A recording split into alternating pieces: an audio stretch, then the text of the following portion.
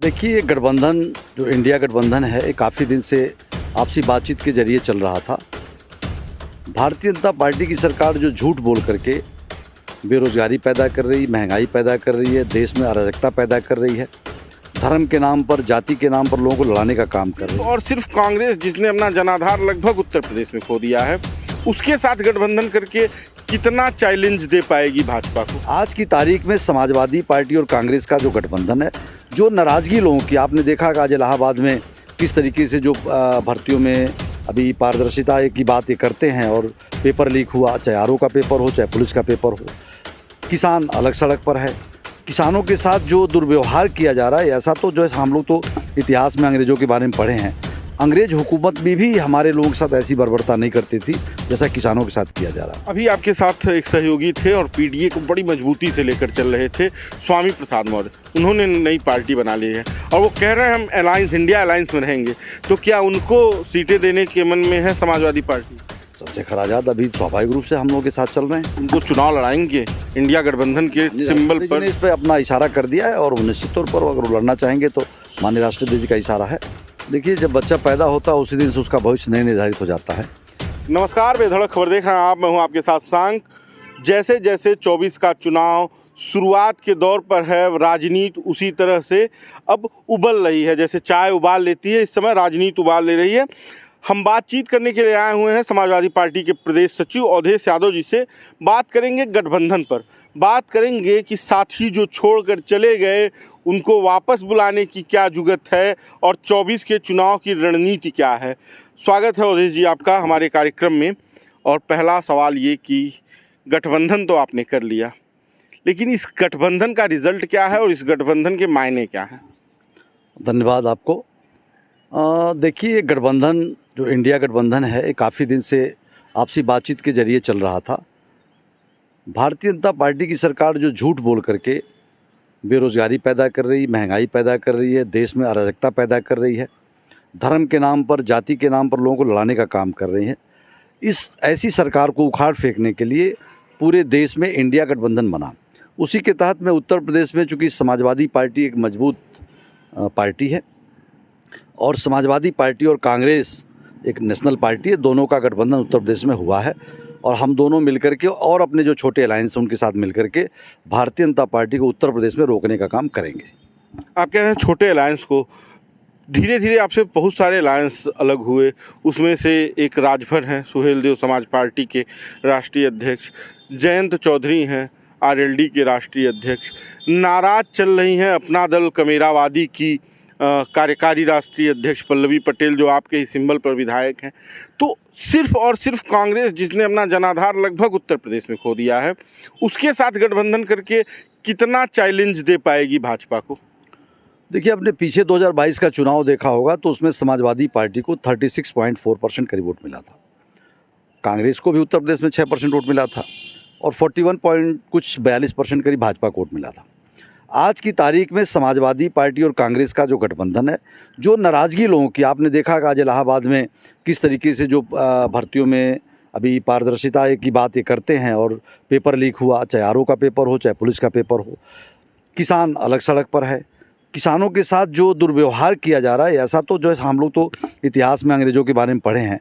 अंग्रेज हुकूमत में भी हमारे लोगों के साथ ऐसी बर्बरता नहीं करती थी जैसा किसानों के साथ किया जा रहा।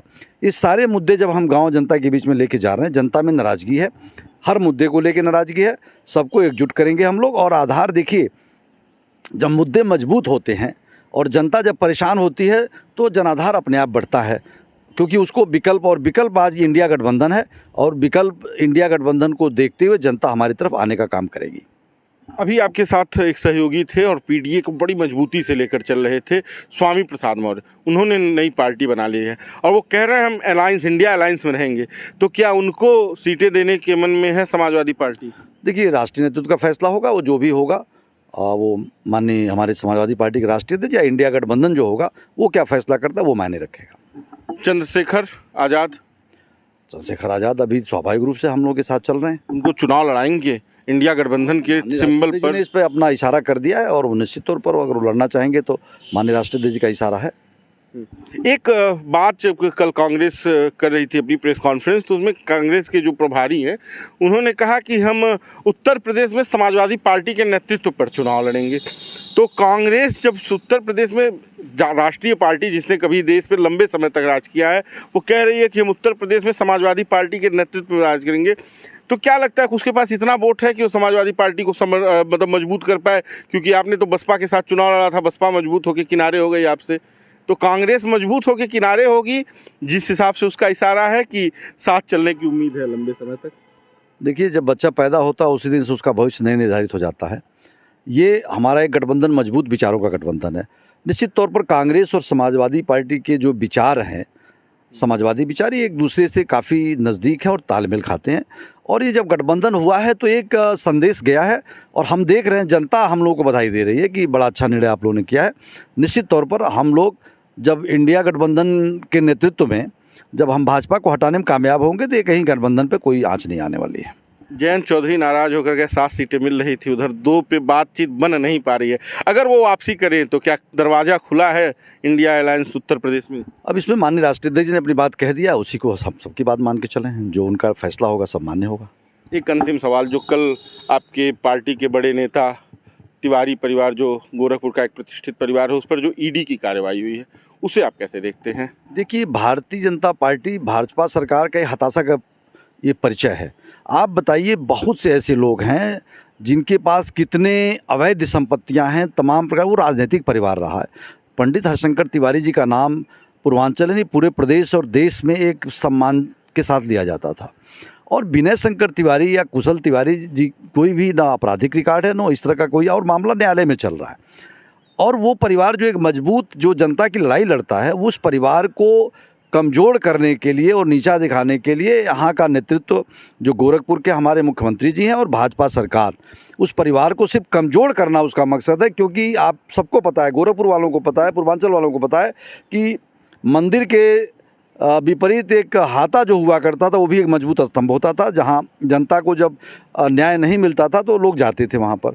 आज उस चीज़ को बदनाम करने के लिए, और समाजवादी पार्टी में चूँकि वो लोग हैं और मजबूती के साथ समाजवादी पार्टी के साथ लगे हुए हैं और वो चुनाव लड़ने के लिए भी तैयारी कर रहे हैं, इन सब चीज़ों को देखते हुए बौखलाहट में निर्णय लिया गया है, सिर्फ बदनाम करने के लिए और उन लोगों को और बाकी कार्यकर्ताओं को डिमोरलाइज करने के लिए निर्णय लिया गया। नहीं, मैं जो देख रहा हूँ, प्रतिक्रिया जो मैं देख रहा हूँ, वो प्रतिक्रिया भारतीय जनता पार्टी के लिए घातक साबित होगा उत्तर प्रदेश में।